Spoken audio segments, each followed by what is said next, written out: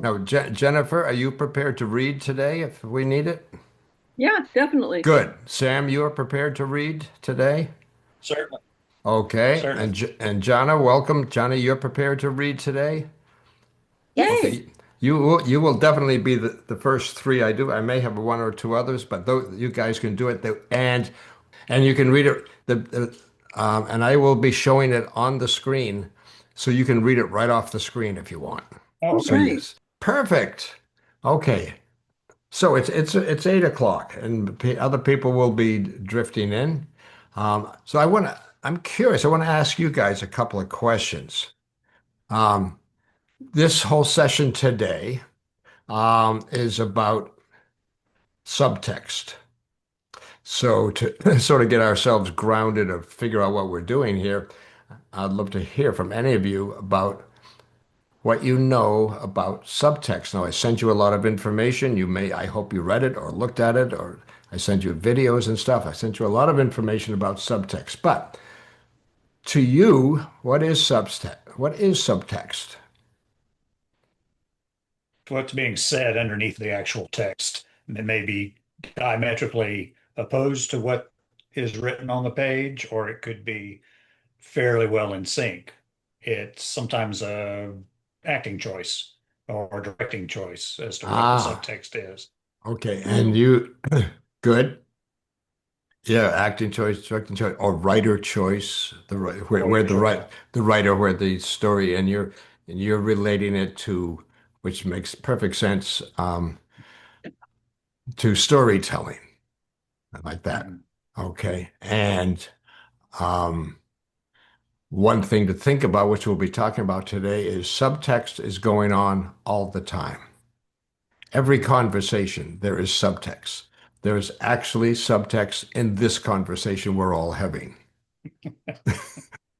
Now, think about that. Think about Right. that you're in a conversation right now, you're in a conversation with me and each other, but there is subtext going on, which just means to me there are things that are unspoken. Getting back to what you said, Sam, and you're absolutely right. Unspoken, unsaid, unexpressed, sometimes by the speaker intended,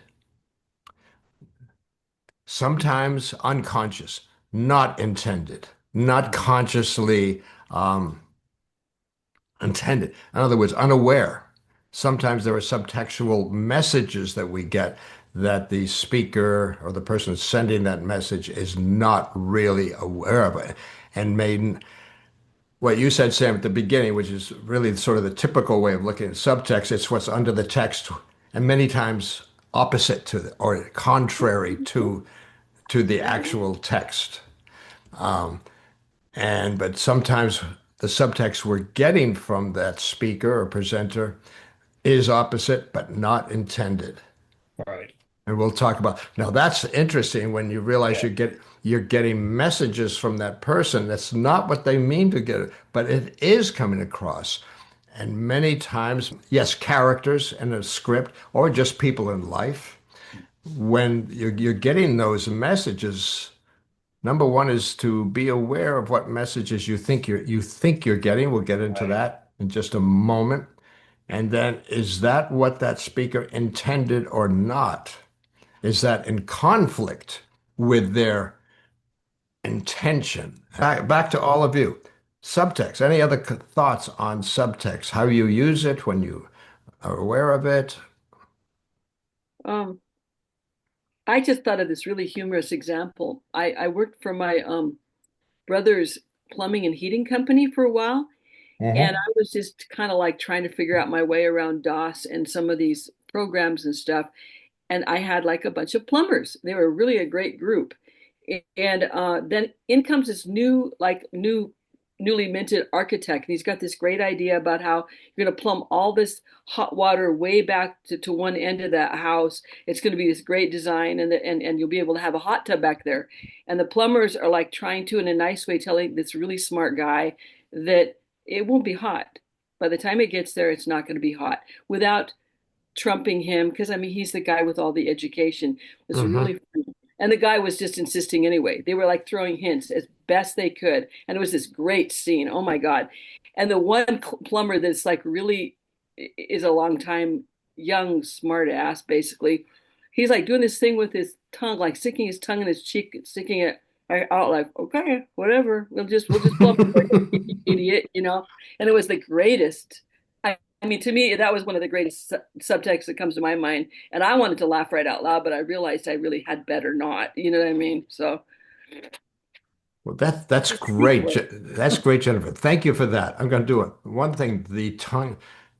We have the term tongue in the cheek, and but you're actually seeing it in the Oh yeah, cheek. he was great. He had his little plumber's cap on and a long Navajo, long black hair, and he wanted to burst right out loud laughing, but we knew we would insult the guy, all of us, you know. So he's like doing this tongue in cheek thing. Yeah. And you're sitting there wanting to express your subtext, but then realizing it was maybe inappropriate Oh, or I what. just wanted to laugh right out loud because all of these guys knew so much better than this architect. He's going, oh yeah, and then we'll just twirl the pipes around here, and they're like, look at them like going, and they're trying to throw hints. They're trying to just be tactful because the guy is the guy representing the money, but they also know what's going to happen later. There's Yeah, going to be to pay later. You know, I mean, anyway, so it's a yeah. great scene.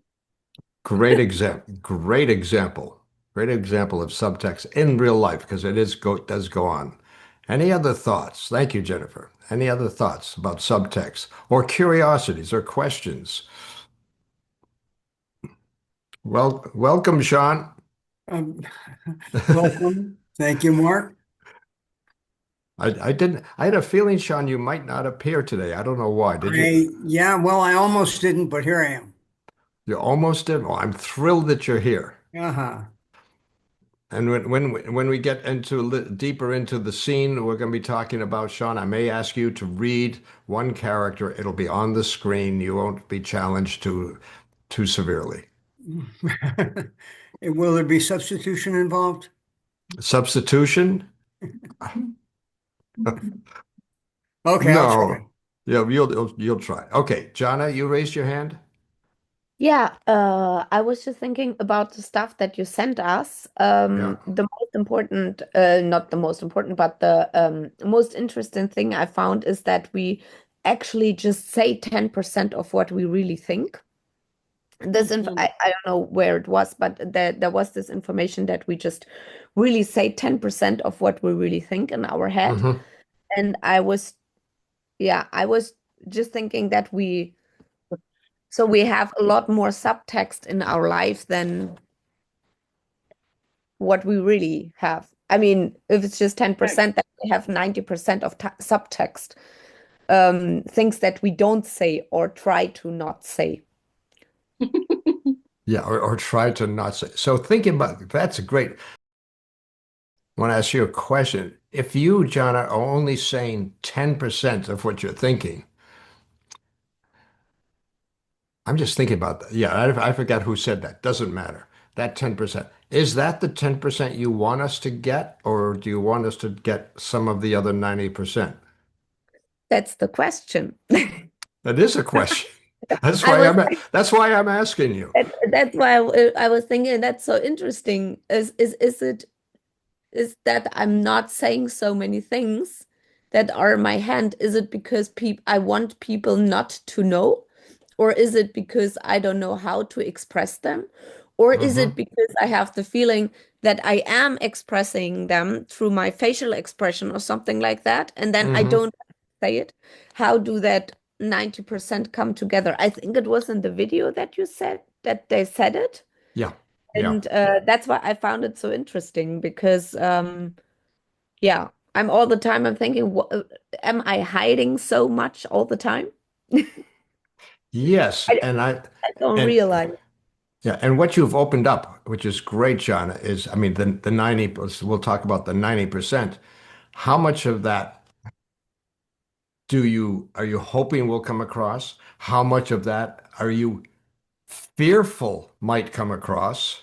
How much are you holding back? And there's no real answer to all of this, but it's an interesting question. And how much of that are you unaware of what it is? Hmm. And 90% is a lot. I thought that's a huge number. I wouldn't have guessed. I don't know how they came to that number, and I think they didn't explain, but it was just like, oh, okay, really? I would have thought that I express at least 50% of what's going on in my head when I'm awake. Yeah. Yeah. Well, I want to submit Yes. here Go that ahead. maybe some people do. I want to submit that maybe some people do.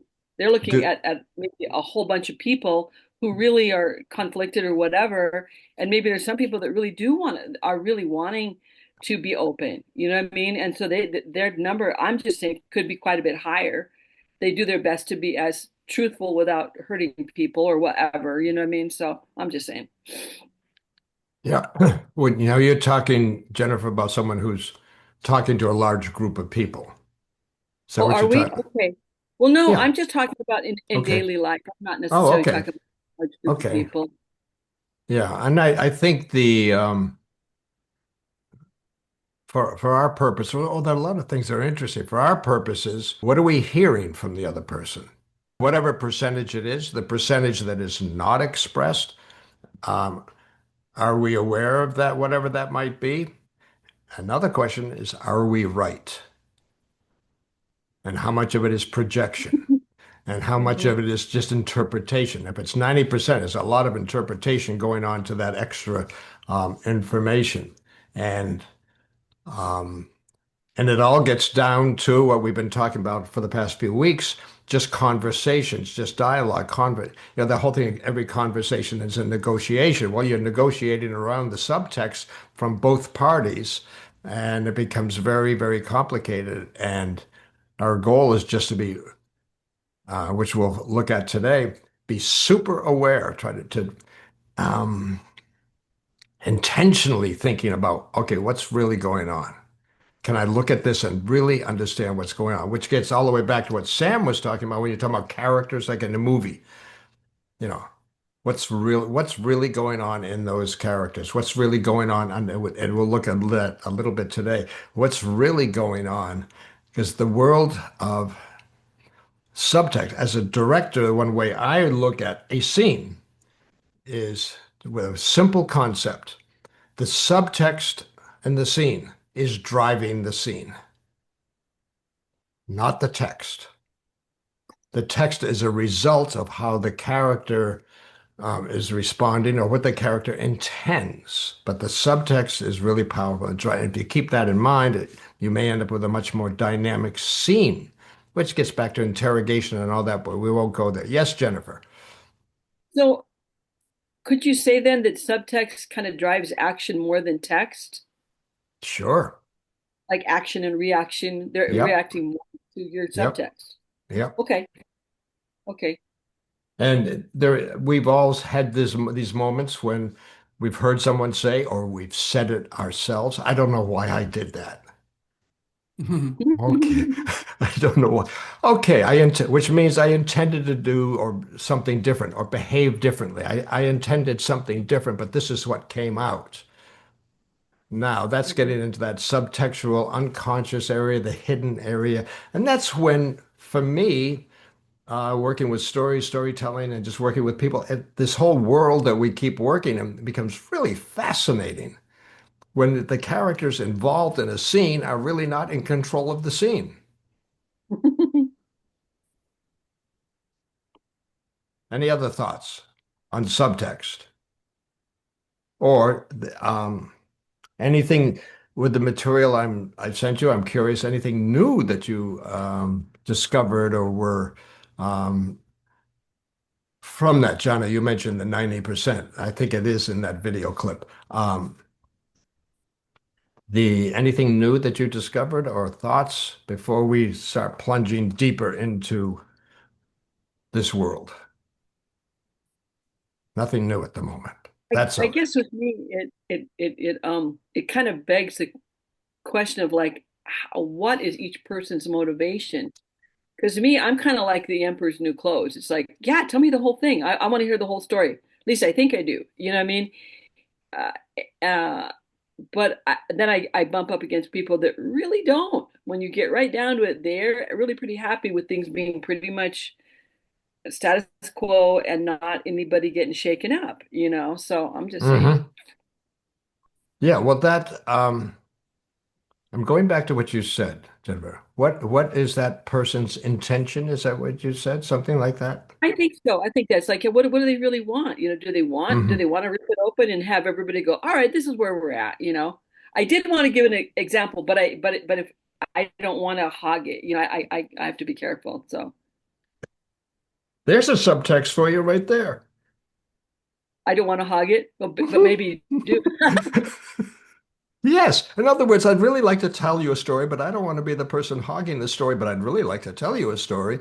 There's some, you just spoke some Oh, of the subtext of what's that's the the, very, and you're talking about intentions. And then as we're listening, like, okay, what are Jennifer's intentions right now? exactly right. Isn't it fascinating stuff? It's like, oh my gosh.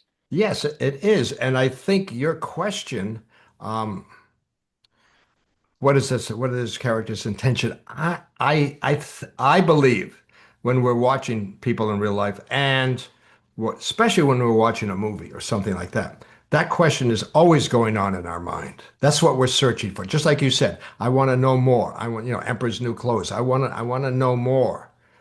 That desire Yeah. for us, the listener, and if it's a film, we're just listening. We're not really engaging with the film. We can't impact the film. But what we want and that I want to know more is subtext. Mhm. Norbert, were you waving at me or just moving around? No, no, it's fine. You're fine? Yeah. Okay. Okay. So, a little story. This was several days ago, weeks ago, or whatever. Um, Elsha and I were watching this motivational speaker that we'd heard about, and we were curious to see who he is and what he talks about and whatever his whole spiel is or his whole philosophy. And this motivation, and it was on Zoom that we're watching it. So he's on camera in front of us. So we're watching him speak to an auditorium full of people. So it's a live event, but we're watching the video. And what he's talking about, which is to be expected, is how you can better your life, how you can overcome your obstacles, how you are in the way of your own self, and you can be more powerful. You can realize your dreams. That's which is sort of typical things that you expect. And Elsa and I are watching, and on the screen, he's on a stage in front of a lot of people. And he is the only person on the stage. So it's pretty much an empty stage.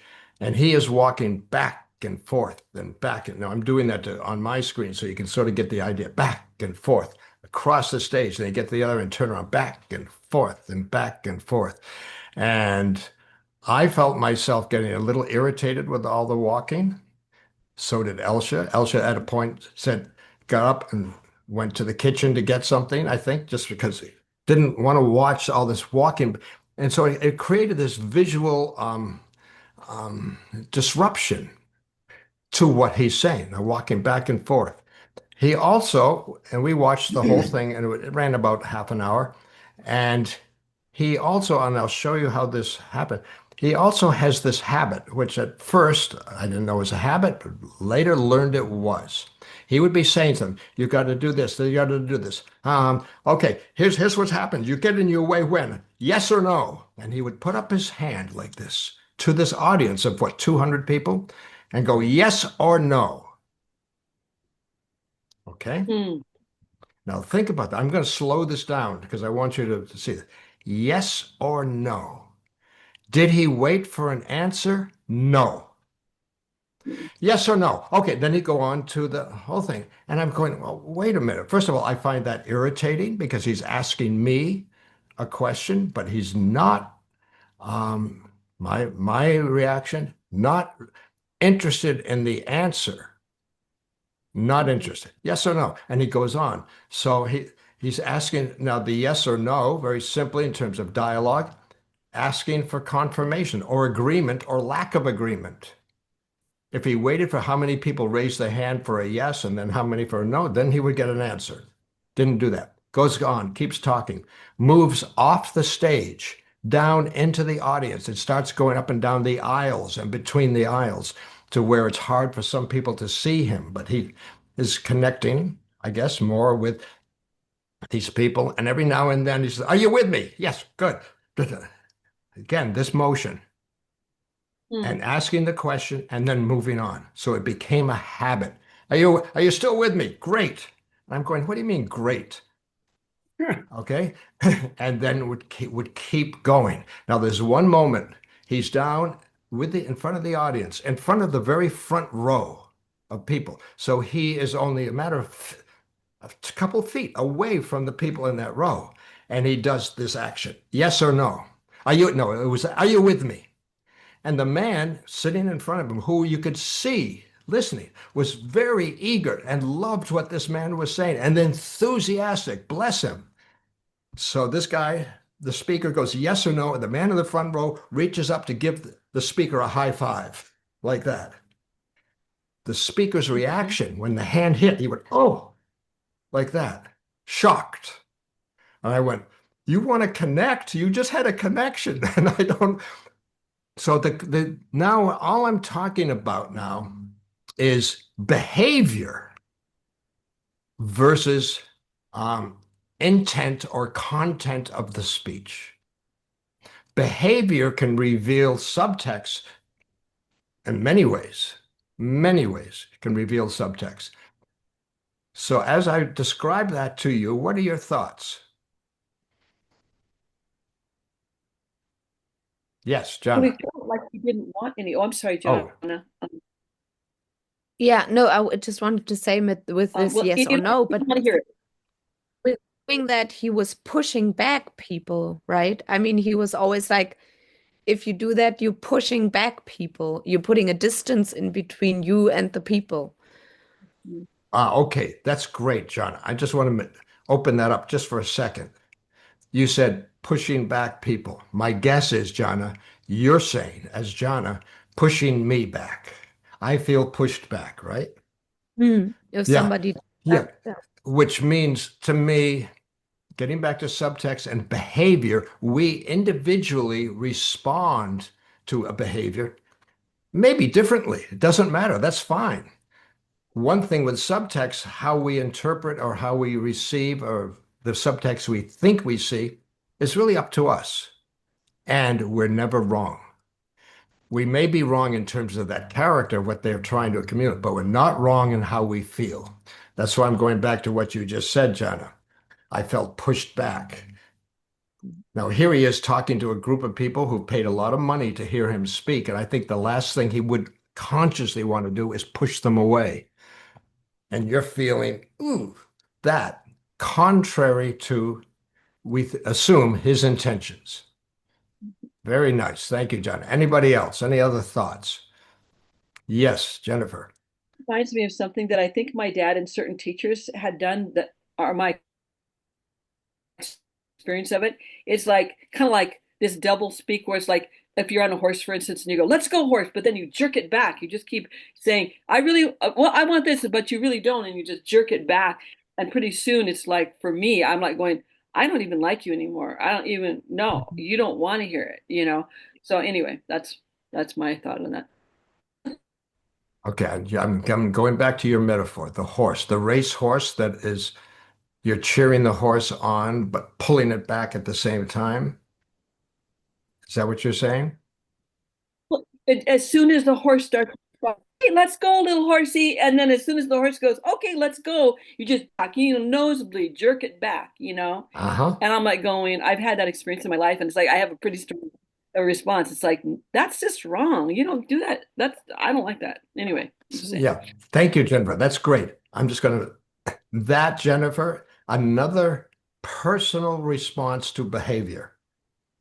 The fact that it Oh, yeah. triggers vagina pushing back, you, the horse being held back, all of this.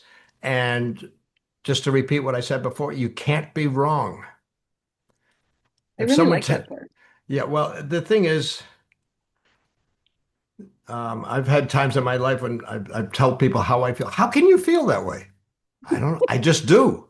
Feelings are just feelings. They come and that's it. How can you believe that? I do. But more than what you believe, how you feel or how a moment like that makes you feel. Any other thoughts on this motivational speaker who did this for the whole half hour? Hmm. All right, here's something. I've seen a lot of people do that, and some do it better than others. And the dynamic seems to me that you have a scene, and it involves a speaker in the audience, Hmm. and the speaker is trying to drag the audience along with them, trying to create, um, um, I don't know, warmth or whatever. And lots of times it gets complicated. Are you listening? Anybody? Okay. Now what if you then say yes, or if you were in a revival meeting, can I get an amen? And everybody goes, amen. Physically, you say amen, but that triggers something emotionally inside, which generally could be subtext and it's meant to be positive. Clearly, it didn't work on you or else, and Yeah. you weren't going to give them the amen anyway. Uh, uh, Mm-mm. I just think that he's trying to trigger a physical reaction, which will then create an emotional environment, a positive emotional environment. I think. I don't know. Yes, I agree. I have a question for you, Sean. Can you go deeper into the subtext of what is possibly really going on inside this guy that he may not be aware of? Uh, uh, I don't know. I think that he makes the assumption that he's coming out into a welcoming environment, and Hmm. and he's trying to heat up the water, try to make this warm bath, even warmer and nicer. That's his goal, is to make all of these people uh, feel that they're glad to be there and that they will feel closer to him and maybe more responsive to whatever he has to say, is what I would guess. Okay, yeah, because that's And you're getting paid, and it's kind of, you're not going to be trying to alienate the audience. yeah, and because of this is always the way it was done. It was it felt to me like he's asking for confirmation. He's asking for validation. He's actually asking for agreement. Are you with me? Yes. He's the speaker. All those people paid money just to hear him. He already has the validation, at least from that, but he's trying to reaffirm it somehow. Yeah. I'm talking about unconsciously. If some is good, more is better. If some, if some validation is good, let's go for more. Yeah. I mean, Yeah, my feeling was watching him, and I think I may have said this to Elsha while we were watching, was um, he's insecure. Now, I felt a level of insecurity because this thing happens so often. I hmm. could almost predict what was going to happen. Ironically, one thing I was very much aware of when he would say, "Are you with me? Is everybody still with me?" If I thought back quickly to what he had just said, I couldn't remember what it was. So I don't know what I'm agreeing to. Are you with me? I'm and I'm thinking I'm still here. I haven't left the room, so and that's in a sense I'm still. But I felt there was an unconscious insecurity, and it's interesting for a man who is a motivational speaker who is very successful, and um, and is talking about how to overcome insecurities, flaws, problems, worries, all of those things. It's all that kind of almost Tony Robbins. It wasn't Tony Robbins, but almost that kind of speak. if insecurity is coming through, that's totally contrary to what he's talking about. Yeah, I think that as a character, here's a guy that's making a great living, and a whole bunch of people are there, saying you're great, and he comes out and he is not whatever he's gotten is not enough, and he has this empty glass that he's got to find a way to fill, and that Hmm. becomes his goal, and the tool that he's trying to use, the hand, is not a good tool for what he wants to achieve, but that's the only one that he falls back on, which creates in the scene a certain amount of tension. Would not be. I mean, if he had 5 shots of vodka before he went on stage, he'd be trying to get the audience not to notice it, but there'd be some Yeah. contrary goals going on. Yeah. And I think you're right. But actually, right or wrong doesn't matter here. It's just an opinion. The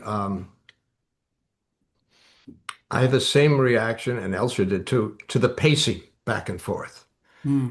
And as a speaker, and I've spoken in places with hundreds of people, so I know that feeling. And my feeling was watching him. My mind was saying, "Stop pacing. Just stand there or sit down and talk to us. We're here to hear you." But the pacing. Um, Maybe that was the 5 shots of vodka to get him going. I don't, that he needed that somehow. Um, and I don't know how or why, but to me, it felt contrary to what is when the behavior is in conflict with the message being given. And that's what we were both feeling. Any other thoughts on this? And then I have another really interesting story for you. Thoughts or questions? Well, it just seemed like he was saying two different things. It's almost like I am joining you, come closer, I'm going to share something with you. We're together, and but we're really not. You know, because he just seems like he kind of shoves you back each time. So interesting. Yeah. Well, you and Well, you and John, I have the shove back thing. I have the insecurity thing. Whatever it is, it doesn't matter. I think what's really important for our purposes is um, being trying. Oh, this is something that just struck me. If there's a subtext going on, and I'm going to use Jennifer and Jana for a moment, even Sean, even though he's not here, it doesn't matter. Subtext going on in the speaker that we sense, it's triggering a subtext within us. mhm, And for us to be aware of what is triggering and start to look at it, and even look at it non-critically, not to be criticized, mhm. but just to be an awareness, because this goes on all the time. All the time. And one place, I'm not going to tell you stories about it. If you want to see subtext going on, you can watch C-SPAN. C-SPAN, which is our, here in America, the television network that is inside Congress, showing all those congressmen and senators and people debating. Just forget, it doesn't matter what they're talking about, but they were the Republicans and the Democrats and whatever. And just watch them. Now, these are not, to the most part, prepared speeches. Some of them are, but it's a debate. And to watch them and then try to pick up what's really going on with these people, aside from whatever they're discussing, some budgetary thing or some social network or some program, whether they should allocate money, whatever the issue is. Watch them and watch their behavior. And sometimes, if the shot is wide enough, watch the behavior of the people who aren't speaking. Mhm. And one thing which Sean just triggered in me, Sean, when you went back into the room to get something and you just came back, whatever. The time there's a politician there who has finished speaking, right? And then, which they can do if they want to, said, "Okay, I yield and I'm done speaking." And 30 seconds later, they're up and they're leaving the room. Well, what the hell does that mean? Whoa. That That says something, I'm saying. Yes, it says that says a lot. And my guess is many of the times they want it to say a lot, but maybe it's not saying what they wanted to say. Okay, Elsa, when I'm talking like this and Elsa's, I always get these little notes from Elsa. Now That's this not is subtext, that's direct. this is Elsa's subtext because it What does wasn't it spoken, say? but I can't read it. What does it say? no, I will read it to you. Okay, thank you. Her notes are really great. She says, "What subtext do they pick up from you, Mark?" Oh, that's an Elsa question for sure. That is an Elsa question for sure. Now, the fact that you all go silent, there's subtext in Well, that too. I can give you feedback on that if you want. Yes, what subtext do you see in me? I get you as this kind of comical observer, like, wow, I want to see what you're going to say next. Almost like it's not totally serious, kind of like, let's stir it up and just see what happens here. That's kind of course, that could be very objective on my, I mean, subjective on my part, but It's all subjective, and we yeah, embrace that. Yes. yeah, okay.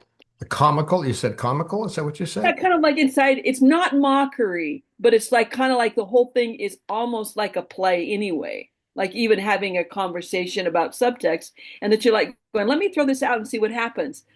I'll just say, okay, this is an extreme example, but I knew this guy that loved to, he loved to make snakes angry. And so he would stir them up and would stand back and watch them. And he loved it to watch how the snakes are acting, but that's an extreme thing. That's not like that's not you, but you is almost like this is going to be really fun. Let's see what happens here. It's like that's what I'm saying. Elsa, I was just compared to, Elsa's listening, so she knows all, compared to a man who likes to make snakes angry. I don't know what I'm going to do with that, Jennifer, but I love it. But like I'm just saying, it's not that because you're like more on the comical end. With this guy, he loved the whole super conflict of getting this guy's mad. Maybe the snakes are laughing. They And could it's like, oh you boy. just think they're angry, but that's the way they laugh. I mean, who knows how a snake laughs? That snakes may love conflict. It's like, There you boy, go. thank you for that, David. This is cool. Okay. Any other thoughts to answer Elsa's question? What subtext do they pick up from me? I think that I think that you project a willing teacher, a desire to share stuff that you know, and are determined to find a way to make others understand what you're trying to say.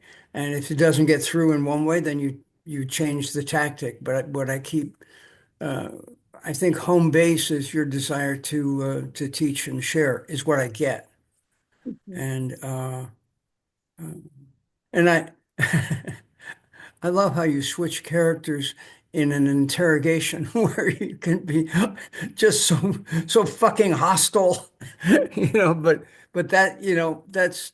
that's Mark playing the character of the interrogator, not Mark. Well, first of all, thank you for all of that, Sean, because that's what well, let me put it this way. I like being seen that way. Going to the interrogation, where I am actually improvising and modeling different voices, attitudes. Boy, the subtext can come out there. In other words, in fact, it's encouraged. And I can get hostile, angry, even abusive, because that's part of the exercise and all that. And it's a great time to allow all of that subtextual stuff to come to the surface. Are you talking, John? Because you're muted, so I see your mouth moving, but I don't hear you. Yeah, no, I'm just thinking. Oh, But you're thinking. no. Oh, so now I know when John's mouth is moving, but there's no sound. I have a Sub- question, Subtext is rumbling. Yes, who's this? Gail. Oh, Gail. Gail, whose camera doesn't work? Okay, Gail. Um, when you're dealing with subtext, your own subtext, and what the readers or the actors' subtext is, and I guess I'm just wondering how you can't control their subtext, what they take from you. I mean, everybody here is taking something Mm-hmm. this from this presentation, and we're basing it on our own experience, right? Is that a correct Yes. assumption? Yes. Yes.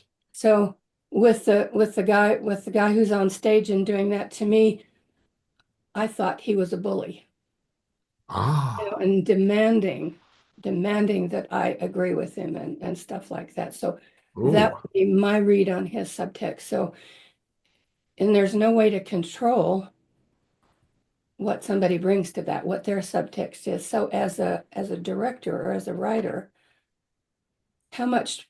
what do you do as far as trying to determine what your own subtext is and what the other might be? Can you control that? Do you do anything to control that? Well, first of all, in terms of control, to try to answer you, thank you, Gail, for that. Um, and you're talking about controlling the Well, response, just the let me say it a response. different way. What if you want somebody to feel a certain thing, but of course you Mm-hmm. have no control over that. So No. as a writer or a director, you have to consider those things, or do you? That's my question. What do you do with that as a Well, writer or a director? yeah, well, yes, you have to consider the wide range of responses you're going to get to that. And can you control it? Absolutely not. Right. I mean, knowing you, Gail, and your story, which I won't go into, when you said the thing about bully, it makes perfect sense to me for you. Um, and you're right, that is based on we will respond to subtextually what is happening to someone else based on our own um, life experience or whatever framework we put it in, whether you're feeling pushed back, whether you're feeling the horse is slowing down, or you feel like you're being bullied. There are three reactions or four reactions with Sean's reaction to the same scenario. Can you control those reactions? No. First of all, I think in terms of writing and directing, my feeling is the first thing you want to be able to do, trigger something. The reaction I don't want is boredom. I'm not interested, which means turn it off. Go watch something else, whatever it is. Um, and I think the intention in directing any scene or a movie or whatever, or even giving a motivational speak, is to trigger something. Trigger. Now you have an idea of what you want to trigger, the direction you want to go in, and will you get a certain percentage of people in that audience who feel like they're being bullied or pushed back? Yeah, chances are you're going to. You could. And so you really can't control that, but you can stimulate. And I think as storytellers, our real task in any story is to stimulate an emotional response. And actually, um, a quick story, developed and directed a one-man show many, many years ago with a very well-known actor who had suffered a severe accident that broke his neck. And it's all about that accident and his recovery. And he, as a character, as a person, is very, very arrogant and very, very full of himself. Respected as an actor and well liked by some people, but some people just find him off-putting. My challenge in the show was to get to people to emotionally go along with this story of recovery, but he wanted it to be a story of heroism. And he wanted to be seen as a hero and a spokesperson for people with spinal injuries. He wanted to elevate himself that high in this. He told me that. And I said, no, no, no, no, this, whatever. To the point, and I did a lot of things to try to override that. At the end of the show, a friend of mine came up to me and said, Mark, I love the show, but I hate him. And that was the reaction. I went, wow, love the show, but hate him. It's a one-person show, all about him. And that part of him that I didn't want to come through had come through. The arrogant part, the part that you should praise me, you should honor me, whatever. So that's an answer to your question, Gail. How much can we control it? Not much. We just have to know what we want to do and hope that a certain percentage of people are triggered in the direction we want to trigger them. That's it. Well, and what I want to know is as a director, how much do you keep that in mind when you're doing your directing about what somebody like me or anybody here will respond to? Do you Um, keep that in mind? yes, but what I really keep in mind, as much as I can, how am I responding to what I've created? What's happening on stage or what's happening in front of the camera? How am I responding? I'm using myself as the test, the arbiter of what's going on. Okay, now it's getting too serious. It's not like I'm using my own responses. And many people have said this, when you make a movie or you direct a play, you're doing it for one person, you. That's what you do. If you try to please a demographic, if you try to please a group, a large group of people, and you're trying to include everybody, basically it'll all get washed down and it may not be getting to anybody. But if you try to please yourself, then you're riding on the hope or the desire or the belief and probably the reality. There are a lot of people like me that are going to be in the audience that will react in the way that I'm reacting. I'll use myself. Thank you. Okay. Any other questions? Thank you, Gail. I'm sorry we can't see you. Okay. One more story. True story. It's going to take a little bit of a setup. Elia Kazan, speaking of directors, very famous directors. If you don't know him, Elia Kazan was a member of the group theater back in the 30s and the 40s. And he directed a lot of theater, and a lot of very, very important first productions of plays, especially by Arthur Miller and Tennessee Williams. He directed a lot of films too, but we're going to talk about theater for a second. Elia Kazan, who is sort of a role model that I follow a lot because of his work and everything I've read about him. He directed a play called Death of a Salesman. Now, for those of you who may not know Death of a Salesman, very quickly, Death of a Salesman is about a character named Willy Loman. He's a salesman, a failing salesman. He's not doing well. His career has never gone well.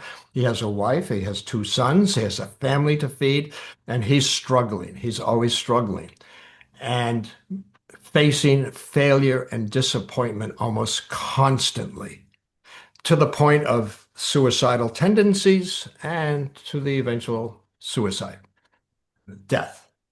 So it is about the death of a salesman. And if you look at it, what it's saying politically, it's about the American dream. If you believe in yourself, things can go on. And Willy Loman's belief is, if people really like me, I'll be successful. Not if I work harder or if I study this. This was a belief system that he had. And it's a powerful play. Now, Elia Kazan directed the premiere of it on Broadway with Lee J. Cobb playing Willy Loman, Mildred Dunnick playing his wife, Linda. And so the play goes on.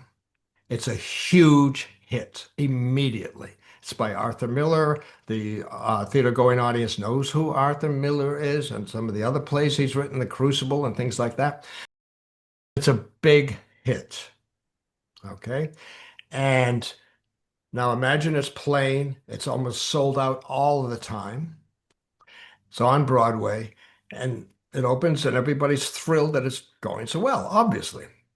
And Elia Kazan, because he's a working director, constantly working in both theater and in film, is there for a while, but then he's off doing other projects. And months later, the play is still running. It's still a huge hit.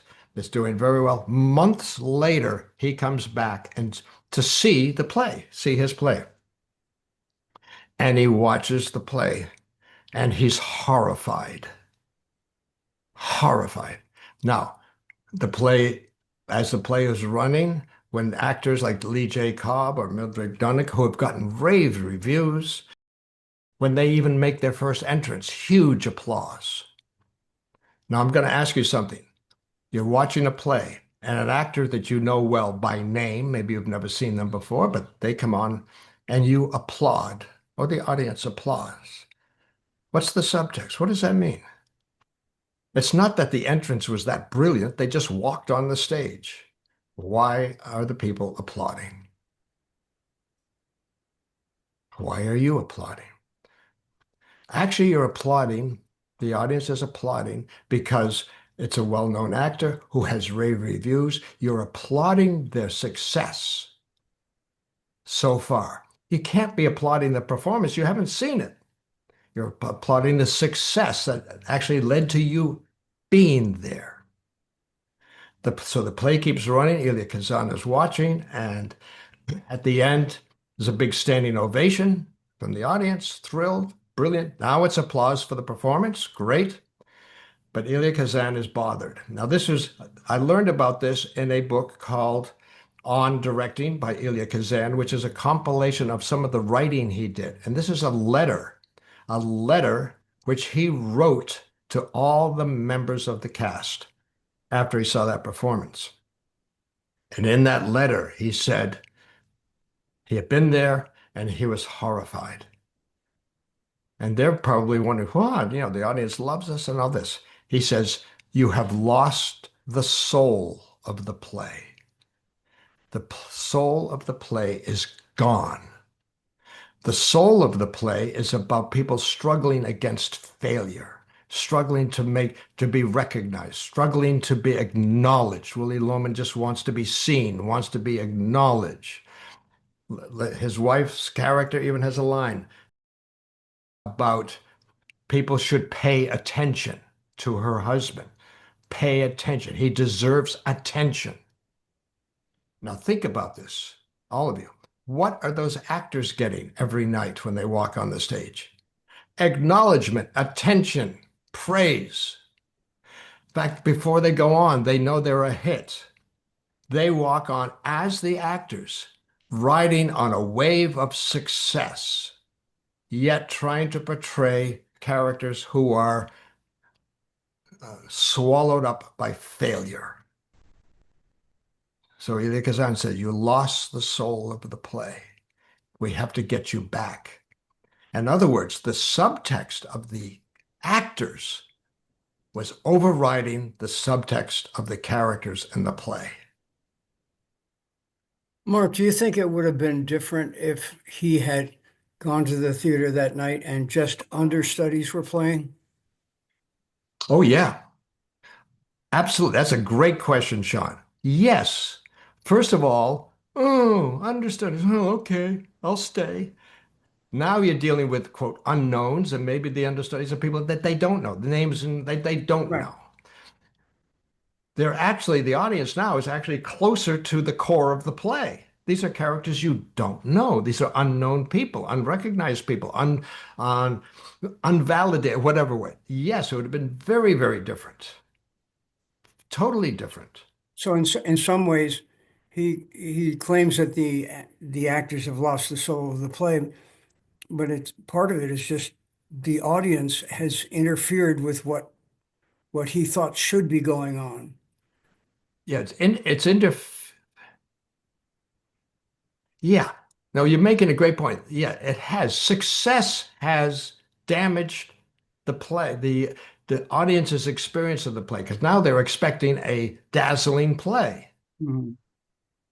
Rather than being there, okay, I'm not going to experience whatever these characters are going through. Oh my God, this is sad. Oh, this is tragic. Oh my God, what's going to happen? Is he going to kill himself? As opposed to responding to there's something interesting, Sean. And by the way, Sean is a brilliant director and goes to a lot of theater and all that. But we go to any play or movie, whatever, with expectations based on what we know and what we've heard. We've heard, this is a brilliant play. This is an award-winning play, and then all these accolades or Tonys or whatever it is. And so we have a different expectation of that play that may be in conflict with what the play is about. I even and Sean, you've seen this, and maybe some of you have seen it, because I was thinking, what would happen? Well, my question is, how could Elia Kazan change how could he change the response from the audience? How could he affect that? One way to do it, which I've seen done, I've seen this done with a play of Richard III, where you come in and at the beginning, before the play starts, the cast is coming on as the actors. They're coming on, walking around the set, looking at props, and some of them are actually changing into wardrobe right in front of you. Suddenly, you've taken away the whole mystique of these characters, and now you're in connection with just very simple people going about doing their job, getting ready. And I thought, what would happen if he changed the opening and let the audience see these actors just being actors, getting ready before the play started? Would that change it? How can you shift the audience's attention? Yeah, I think it would change it dramatically. Yeah. I have a feeling none of that happened. All he did is wrote the letter and try to get them. How do you as an actor know that you have been awarded all these accolades for the performance you're doing? It's a big hit show, and there are a lot of people out there who just want to see the show. How do you shift totally to just delivering the character and not writing all of that? It's tough, but that's a shift in subtext. Okay, now we are going to shift. We're going to shift to that three-character scene, the ABC scene that you all have. You all remember that scene? You all have that scene. My first question about that scene is, when you read it, my request is you look at it and try to figure out the subtext of the characters A, B, and C. So I'd love to hear from any of you. Could you figure it out? It's really tricky because you have no character description. You don't know who these people are. You don't know what their relationship is, but you hear what they're saying. So all you can respond to is the words. So any thoughts on that? Yes, Jennifer.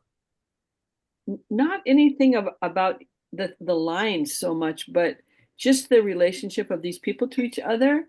Mm-hmm. Acted all tough and everything, and like, oh yeah, and I don't know, like they're throwing crap at each other and all this kind of stuff. But I felt like that they were all really bonded actually, but they're acting all tough guy. I guess that's the thing that I noticed is like I feel like they sort of were family or they were connected, but they were acting like they're gangsters, which maybe they are, I don't know. But so that's the only thing I could really pick up. There was one line um that hit me, but I'm not sure which one it was now. I think it's the girl has says something about like, like we're not really bonded, but Okay, you said the girl, even though none of them are identified by sex either. I assigned okay. No, that's good. No, that's good. I made B a girl. Yeah. Yeah. You made an assumption about the characters based on whatever that, which is fine. Yeah, It's I fine. made her a girl. So I mean I made that person a girl. Okay, and what you got from it was acting tough, pretending to be tough. That's what you said. Something like I would say that. stuff like one says welcome to the family, but you can see that maybe he's like kind of tongue in cheek, like, yeah, welcome to the family. And then A goes, this isn't a family, and then B says something else. And they act like they're sort of against each other and that they're playing games with each other, but they're actually connected. Yeah. Does that Okay. answer what you're saying? Good. Okay. Good. Okay. Any other thoughts? Yes, Jana. Well, after reading it the first time, what I wrote down was that three criminals knowing each other very well, worked together before, want to do something illegal, but not like murder or something like that, maybe like something like financial fraud, Mm-hmm. example, um, leaving to check out something.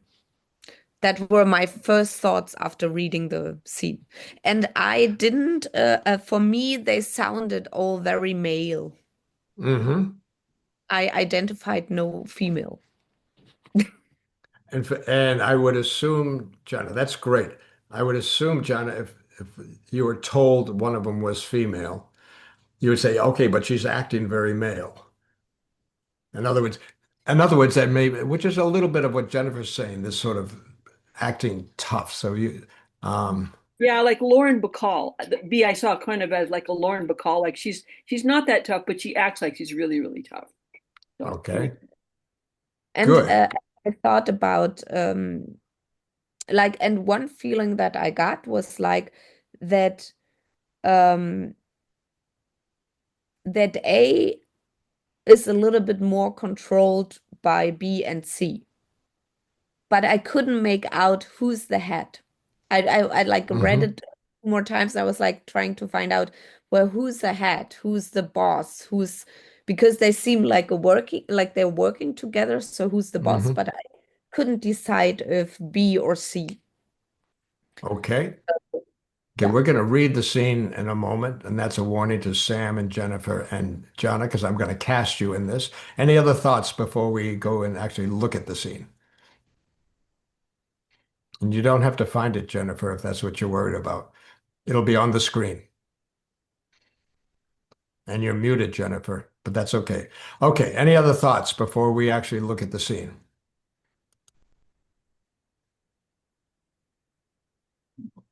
No. Okay. So here's the scene. You can see the scene here. Now, I'm going to go back to the beginning of the scene because I have given characters to the scenes. A, the eldest sibling. This is going to be um, that's going to be you, Sam. You're going to do A. The eldest sibling, who is very cautious, always trying to fix everything. Okay, Sam? Okay, you got it. Good. Okay. B is the reckless middle child. These are three siblings, always screwing up, but charming. That's you, Jana. Okay. C is the cold, pragmatic youngest, now taking over the family operation. See, this sounds like it's right out of The Godfather, taking over the family operation. Okay? These are three adults who are fighting over a criminal family legacy. This is what you're fighting over. Who's going to be in charge? Who's going to be in control? Where it's going to go? Now you can all see this on the screen. So I will move it for you as we read it. And when we're ready, it's going to start with you, Sam. Everybody's ready? Okay, let's read. You're late. I'm not late. You're early. we're wasting time. Both of you sit. I'm not sitting until someone explains why my name's on that list. Because you put it there. No, I put it there. Without asking me, You weren't answering your phone. You never answer your phone. that's not the point. Well, that's exactly the point. You're the one who said you wanted in. Not like this. There's no like this. There's only this. And this is happening whether you like it or not. You don't get to decide that. Neither do you. Actually, I think I do. You? You couldn't hold it together the last time. Last time was different. Was it? Seems pretty familiar from where I was standing. You want to talk about standing? Where were you standing when it all fell apart? Picking up your mess, same as always. Enough. If we're doing this, we do it my way. Your way got us nowhere. No one said we were doing it your way. You dragged me into this. You don't get to tell me how to survive it. Maybe survival isn't the goal anymore. Speak for yourself. If you're thinking what I think you're thinking, I am. No. Yes. I said no. You're both insane. Probably. Definitely. And if it goes wrong, It won't. It already has. we walk away. All of us. That's the deal. There is no deal. There was once. There are only choices now. Bad ones. Worse ones. Necessary ones? I can't trust either of you. Good, you're learning. Welcome to the family. This isn't a family. Sure it is. Dysfunction's the glue. Dysfunction is the glue. Wait, sorry. And betrayal's the blood. You say that like it's supposed to comfort me. It should. It means you belong. Or that you're already in too deep to crawl out. Let's get it over with. Always the optimist. Always the fool. Always the one who has to clean up your mess. Then you know the way. After you. Okay. Thank you. Thank you, Sam. Thank you, Jennifer. Thank you, Jana. Now, since half of you were reading and the rest of us were listening, from anybody, what do you hear in that scene? Or more importantly, since we're talking about subtext, and a lot of you had very clear ideas what the subtext was in this scene prior to it, there being characters. How does the subtext shift or change or become clearer once you have characters and voices? Hmm. I don't think I'm objective about it, really. I don't really know. You're not objective? Me neither. Me Yeah, when neither. I was reading, I just kind of threw myself into it. So it's like I wasn't really No, looking up. okay. Okay. Yeah. Yeah. It's very hard to say if you're reading how it feels because I was so concentrated on getting my Getting the next words right. line Yep. that I always just listened to what was said before, or what was Sam or Jennifer reading, so I could Mhm. react. But as really a moment to moment thing, not having an overview. Okay. Anybody else? Sean or Norbert or Sam? Any other thoughts? Yeah, I think that your assumption that it's a meeting of the Corleone family and they've got some business to be settled is a clue. I would not have gotten it from the text, but I Uh-huh. said, oh, that's kind of interesting. And then I said, okay, how are we going to differentiate them? Because you've got a fixer and a needy person and the rebel. What do they want? It seemed just reading the words, they're all trying to get control or power of the meeting using whatever they've done Hmm. their whole lives. And so we can see that there's conflict between them without knowing what the source of the conflict is. And it would, on the first page, C says, you weren't answering your phone. B says, you never answer your phone. That's not the point. That's exactly the point. What are these people saying? It becomes interesting to listen because there's a conflict there, and I want to find out more about what's going on with these people. That's, I mean, I don't, I think I would say, okay, well, we're going to have to stage this and figure out, who who is winning, who's losing, whose Hmm. feelings get hurt, and so on. But it is exactly. I think it's a wonderful scene um, for subtext examples because Yeah. it's wide open. It is wide open. And I felt listening to it this time, because this is the first time I've heard it read. I've just been reading it. Um, that these are um, and I have another setup that we don't need to do of who these three people are, but there seems to be this reliance on the history. Like you said, you never answer your phone. That's not the point. That's exactly the point. There seems to be each character is relying on the history of these relationships to justify their perspective, or their role in it. And without knowing what that history is, it seems to be a big subtextual that these three, the feeling I get, these three really know what they're talking about to each other. And I think this is what you're touching on, Sean, and we don't know yet, but they know. There's I think that they know, Go each ahead. person knows what the other person's saying, kind of like if you were siblings or something, it's like, I know what you meant by it. Is that what you're saying? Yeah, I know I'm you not well saying enough. anything like that. Yeah, Oh, yeah. okay. And What I'm actually, saying. the three characters are responding to the subtext of each other. That's not the Mhm. point. No, that's exactly the point. Yeah, do you know what I mean? And you know what I'm talking about. Or one point there's last time. No, last time, it's not going to be like last time. Oh no, it is. And so they all know what they're talking about, and they all know each other well enough. There's one thing that when I was directing a play many, many years ago in my youth. Um, and I was working with an actor whose name was Wright King, who was actually in Streetcar Named Desire, directed by Elia Kazan.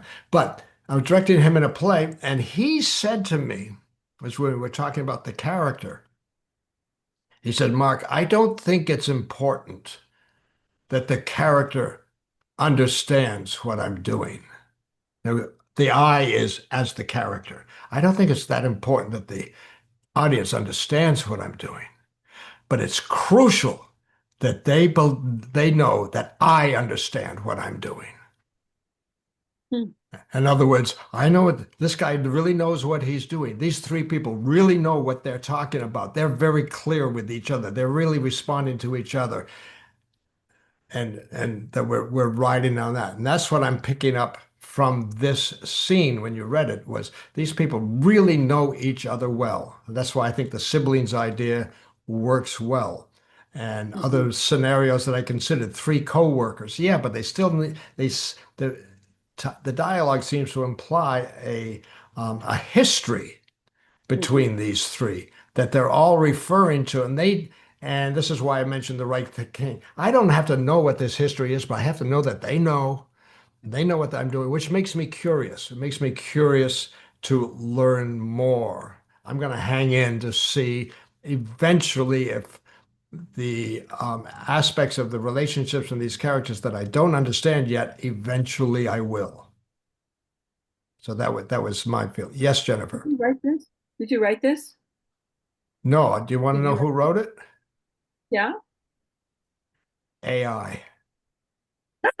Um, is there? Now, I don't know. I see now, film noir all over this stuff. This feels really film now, noir to me. Is it? I'm gonna tell you something, which I don't have right in front of me. What I wrote to AI, Elsa and I use AI a lot. We experiment with it. I think AI is terrific. Um, I just wrote to AI very specific. I said three characters in conflict. I said nothing about who the characters were, nothing like that. Male, female, three characters in conflict, 3 pages. Well, it went over the 3 pages. Three characters in conflict. And I said, what I'm using this for is to help us look for the subtext. So AI knew all that. And this is what it came up with, exactly what it came up with. Yeah. And another part of it, which I could do later, which gets into script analysis, then AI said, would you like us to analyze the scene and break it down for you? Amazing. But I said, no, let's not do that. I said, I looked at the scene, Elsa and I looked at the scene and said, okay, this will work. This will work. Because it was loose enough. It was open enough that to interpretation. That's what I wanted. Something that was open to interpretation. Okay. Thank you guys for reading. And now we have about 10 minutes left. Okay. So what I'm going to do now for the next 5 minutes or so is I want to shift to something else. Um, see if I can find it here. Yep, here it is. Okay. All of you know, I think you know, and you've probably seen it many times because you've taken a lot of my classes and all that. The scene, you know, American Beauty.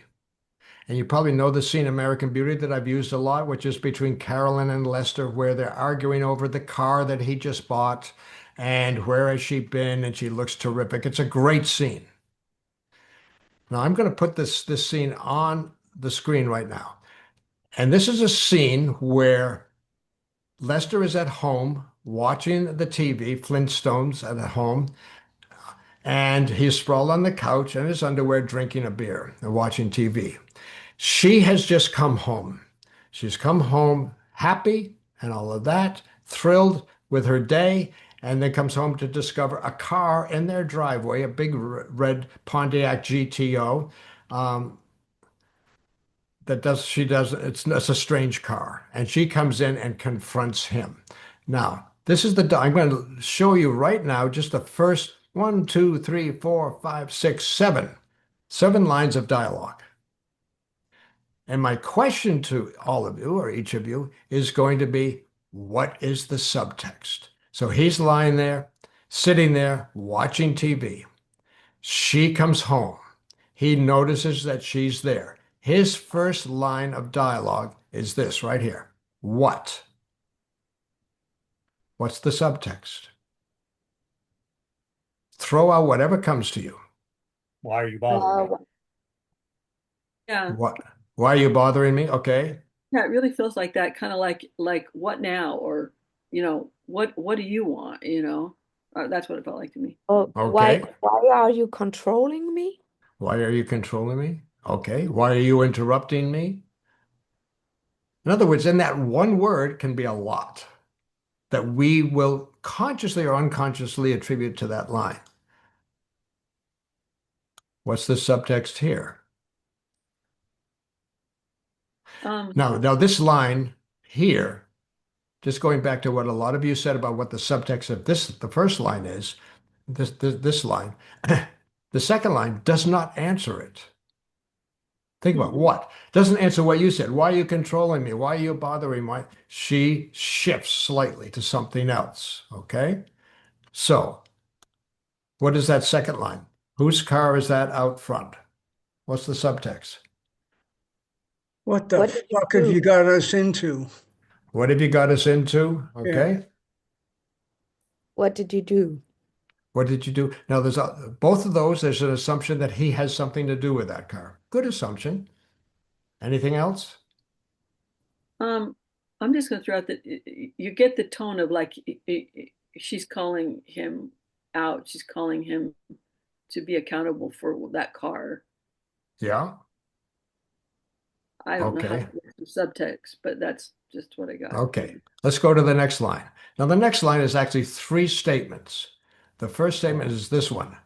He answers this question, mine. Who's got? Now, there's the answer to the question. Then he defines what the car is, that he always wanted it, now he has it. And then he says, Ooh, I rule. ooh. What's contained in that little, very short speech? Mine, 1972 Pontiac GTO, the car I always wanted and now I have it. I rule. Whoa, that is loaded. Mhm. What are you hearing? What do you think he's saying, trying to say, or not trying to say? You are not controlling me. You are not controlling me, right? I do what I want. Yeah. Okay.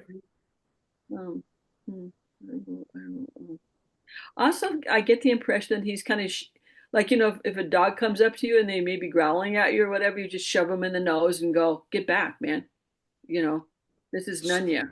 So this is, yeah. It's mine. Now, one thing you've just touched on something, Jennifer, which is great. One of my feelings about directing, especially a 2-character scene, but also larger scenes, but a 2-character scene, which this is. There's very often, well, first of all, there's somebody who is driving the scene. And in this scene, it's Carolyn. If Carolyn had not come into the room, the scene would not start. She's driving the scene. She also comes in with an issue. So she's the driving force of the scene. And many times in a scene, the other character is trying to end the scene, Hmm. finish it.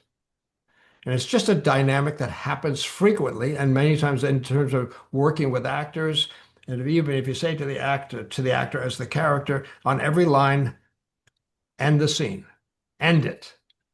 Well, here's an ending. Whose car is that up front? Mine, 1972 Johnny Pontiac GTO, the car I always wanted, and now I have it. I rule. End of scene, done. You can leave now. And it has that sort of feeling. That's a subtext. No more discussion. I don't want to talk about this. That could be a subtext, a feeling that comes across from the audience or from within you as you're watching. Now, this next line is really interesting. It's another dynamic that goes on between a lot of people, us, we all do it. What does she do in this line? Besides what the subtext of the line is, what does she do? She's ignoring him. She's Yes. trying to get control again. How? Keep control. Or keep control? How? It's By- it's very simple. I'll tell you what I see. Yeah. She changes the subject. Yeah. Changing the subject in the conversation is it's a power move. Because he answers her question. That's my car. I've always wanted it. I bought it. I rule. I'm in control. Well, okay, let's talk about the Camry. In other words, she lost that round. There's no place for her to go with that after that, except to express the subtext of how angry she is at whatever. So she goes to, and this is something she consistently does throughout the scene, change the subject, change the subject, change the subject to try to get control back. Because now she's trying to dominate again. Where's the Camry? And he says, I traded it in. Shouldn't you have consulted me first? Right? Which is not a change of subject at all. And he says, let me think. No, you never drove it. Okay, I'm just going down to that point. Now that's this part right here is just a discussion of right here of the Camry. That's it. And now, no, you never drove it. He ends the scene again. But then he starts a new scene by changing the subject. That's changing of the subject. So when he says, you look good, what have you done? What's the subtext there? Let's talk about something else. And Get also, control of the conversation again. Yeah. it kind of feels like an olive branch, though, at the same time, too. It's like, okay, this wasn't your car to trade. Let's leave that. And then it looks like he's just shifting to kind of a peaceful, positive thing, like bringing something better, you know? Okay, I'm going to ask you a different question, Jennifer, Okay. on that line. They're very important, and especially in terms of subtext. What does he want? Okay, I would just, yeah, I think he wants to connect with her and just have a decent conversation. Let's leave the Camry out of it. You never drove it anyway. And by the way, you look really great, you know? And so it's kind of like, could we just change the channel completely here? Does that answer your question? Yeah. It's Okay. an answer. You can't be wrong.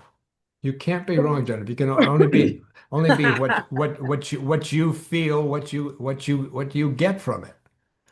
You look good. What have you done?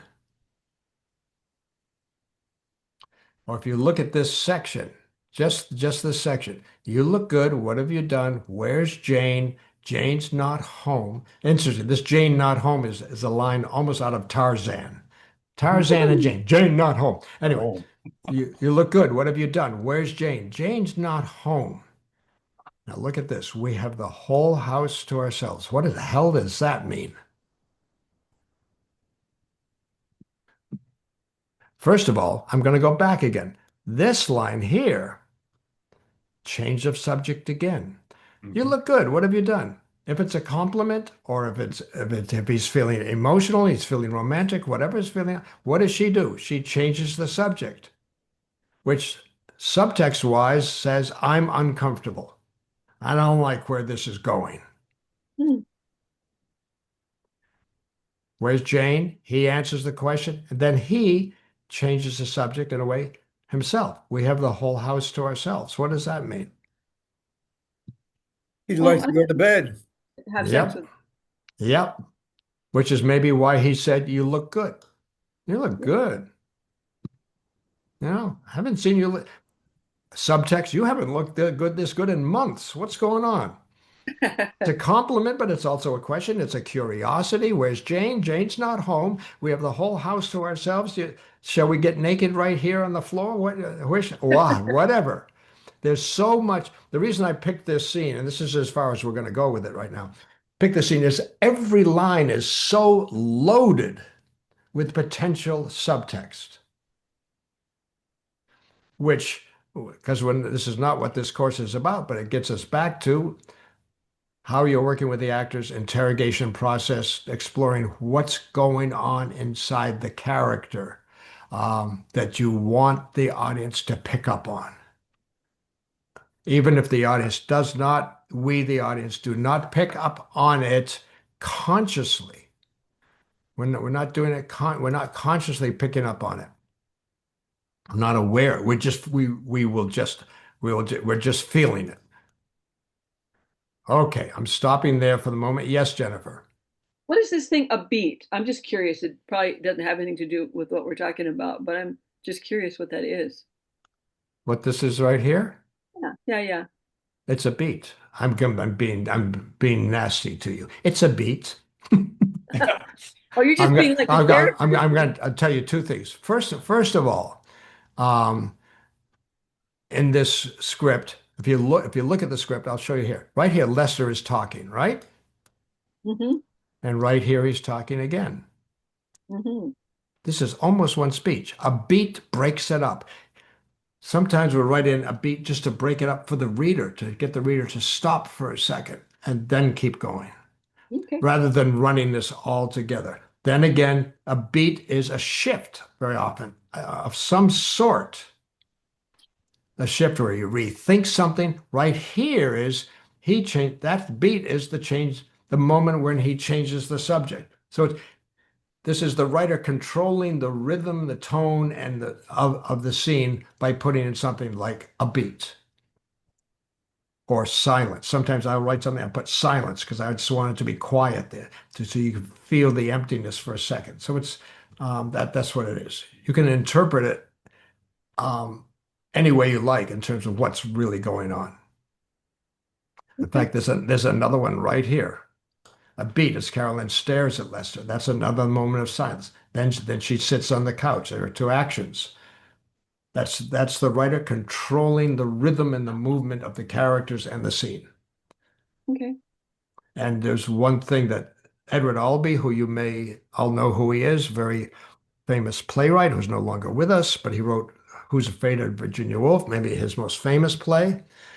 And I could tell you stories about meeting him and working with him when I was younger. But anyway, he said in this speech I heard him give years ago that he wished playwriting or screenwriting was like writing music, that he could control the rhythms and the tones and the sounds and the energy of it in the writing. That you could, now this is what this writer is attempting to do there, control the rhythm of it. And it works. If you read every word, it'll work. It'll stop you and then it'll start you up again. Okay, any other thoughts? Getting back to subtext. Any other thoughts? And we're going to get out of this scene, come back to seeing all your beautiful faces. Thoughts, questions, ideas, curiosities? What did you get from today? Anything you got from today? Any little golden nuggets? I love the term golden nuggets. I wish I had some, but any golden nuggets you got from today? Great to be reminded that subtext, there's levels and variations of subtext. It's not always just one thing cut and dried. Hmm. You read something or perform something, you can go, depending on the scene itself, let's just say and acting a scene, you can go anywhere with it, depending on what you decide or what the director Hmm. decides is the subtext or what could Absolutely. be a possible subtext. Yeah. So Absolutely, like Sam. both of these that we did, we can make them sound totally different if we were playing them just by altering the subtext. Absolutely, Sam. Great observation. And getting back to directing and working with actors and all that again, more traditional directing is, telling the actor how you want them to, quote, play the scene. And that gets into result directing and all of that, which is another long discussion. But rather than discussing with them how you want to play the scene, if you are actually exploring with them the subtext, what's going on, what they want to say. And this gets into interrogation and all those other exercises again that can explore what the character wants to say, because my feeling is the subtext is driving the scene. And I like to look at a scene with actors as one of the biggest obstacles in doing that scene, doing any scene. The obstacles that the characters feel is all they get to say is those lines. They don't get to say what they really want to say. And if they feel that conflict and that tension between, rather than saying, "You look good, what have you done?" You say, "Oh my God, you're hot, you're hot. I just want to jump all over you right now." Well, if that's really what he's thinking, that's great. But he has to come Yeah. out through, "You look good. What have you done?" And then we can feel, oh, there's more. If we can always feel there's more, like we did in the three ABC character, we kept feeling, as Sean was saying, that, okay, there's more going on here. Great. That keeps us engaged. Any other golden nuggets?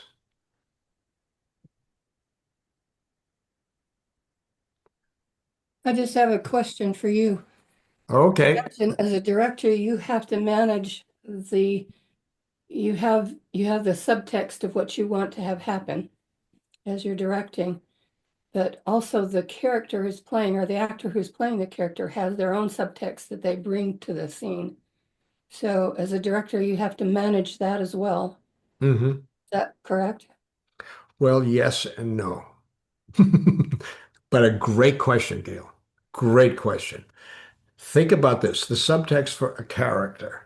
Let's just take Lester in this little part of a scene we looked at. What's going on with him.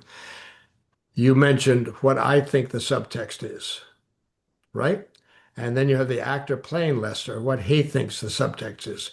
And I will tell you right now, we're both wrong. The only one thing that matters is what the subtext is for the character. So I will bypass what I think. I will bypass what the actor thinks, and I'll go for what the character thinks, which gets me into the interrogation process and trying to trigger within the character that subtext so it's genuinely coming from the character. Now, it may be the same as what the actor thought. It may be the same as what I thought. That's fine. But it's a tricky situation that you've just brought up, Gail, which working with an actor, how much do you try to insert into that performance what you believe should be happening? Or how much are you willing to explore what could be happening? And between you and the actor making decisions, oh yeah, let's go that way. Let's go down that. You've explored two or three different ways it could go. Let's go with that one. A lot of people have said about the scene that I just shown you that right from the beginning, I've asked it, okay, little thing. I've asked him, why did Lester leave hit that car in the driveway for her to see? Okay, there's a statement and there's subtext. There's a reason for that. And some people say, oh, because he wants sex with her. I said, really? Now that's an interpretation. Nothing wrong with it. I personally don't see it. I don't see it until that moment when he realizes how good she looks. Because I'll tell you something else. Do you know why she looks so good? She has just come from the firing range where she was shooting a gun for the first time, and and she bought a gun, we know that. And we also know that prior to that, she was with the real estate king who she, in a motel having the greatest sex she's had in years. That's why she looks so good. That's why. Now she knows that, and that's why she changes the subject. Where's Jane? She can't go into, I am the happiest person I've ever been in my whole life up until the moment that I saw that car. No, that's knowing all that. Now you go from that back to what is the subtext? What is really going on? What does the character really want? But these are the discussions you have with the actor, and these are the things you explore through interrogation. And then you arrive at some place and you go, let's go that way. Let's go that way. And you do. That's it. Does that help at all, Gail? Yes, thank you. Yeah, it's a tricky process. And for those like Gail who are writers, just realize every line you write has subtext. Even if it's a line from you, the writer, to the reader, even if it's just describing a location, there's subtext under that. We're picking up because we're always looking for it. That's the sort of the theme today, looking for the subtext, looking for it, trying to find it, and trying to allow the material or the reading of the material to stimulate our perception, our ideas of what the subtext is or could be. Okay, we're at the end of an hour and a half. If there are any more questions, happy to answer them right now. If not, we're at the end. And I want to thank you. I'm going to thank you all for being here. I want to thank Norbert especially. Jennifer has a question. Okay. Norbert, especially because he's on a holistic retreat. I'm going to put it that way, and it's taken time to be with us here today. Okay. Who has a question? Jennifer had a question? And I do. Jenna. Okay, go ahead. It's just a little housekeeping question. I lost the thing with the interrogator Bustamante guy, and I wonder if you would mind sending it back to me. I 'cause will I make a wonder- note. I will make a note, Jennifer. Okay, thank you. And yeah, the Bustamante guy. I like that. Okay. I will send it to, I'll send you that link again. Okay, thank you. No problem. Janet, did you have something, or was that just my imagination? No? Okay. So we're at the end. A week from today is our final session. I'll be sending you the homework and what I want you to be focusing on, and then we're going to wrap it up next week. And Norbert, have a great time in Greece. Thank you, Jennifer and Sean and Sam and Jonna for reading so brilliantly that scene between the three siblings. Thank you, Sean, for your input. Thank you, Gail, There for was being a lot of subtext in this brilliantly, I just wanted to say. a lot of subtext brilliantly. There was a lot of subtext in you saying you read that scene brilliantly. Oh, okay. Oh, I see. And since I was saying that to you, Oh, and no. you took it to being just to you, Jonna, what was the subtext? Well, I'm just reading the director's tricks of a bag of tricks. Yes. And there you always say praise. The first thing you have to do is praise, whether it's good or not. And that was the praise of whether it was good or not. So That's a very good The point. motivation. very good point. So your subtext is, okay, I know Mark well enough because I've read his book, and it's all bullshit what he's saying, but he's trying to make me feel better. Is that it? No. That's good. Oh my See, God. all these things that you're learning, you're going to be really dangerous. This is good. Okay, we are done. Thank you all for being here. Thank you, Gail, for being here. Sorry we can't see you, but I'll see you all next week. You'll be receiving more information, and always feel free to write if you have any other questions or thoughts or concerns.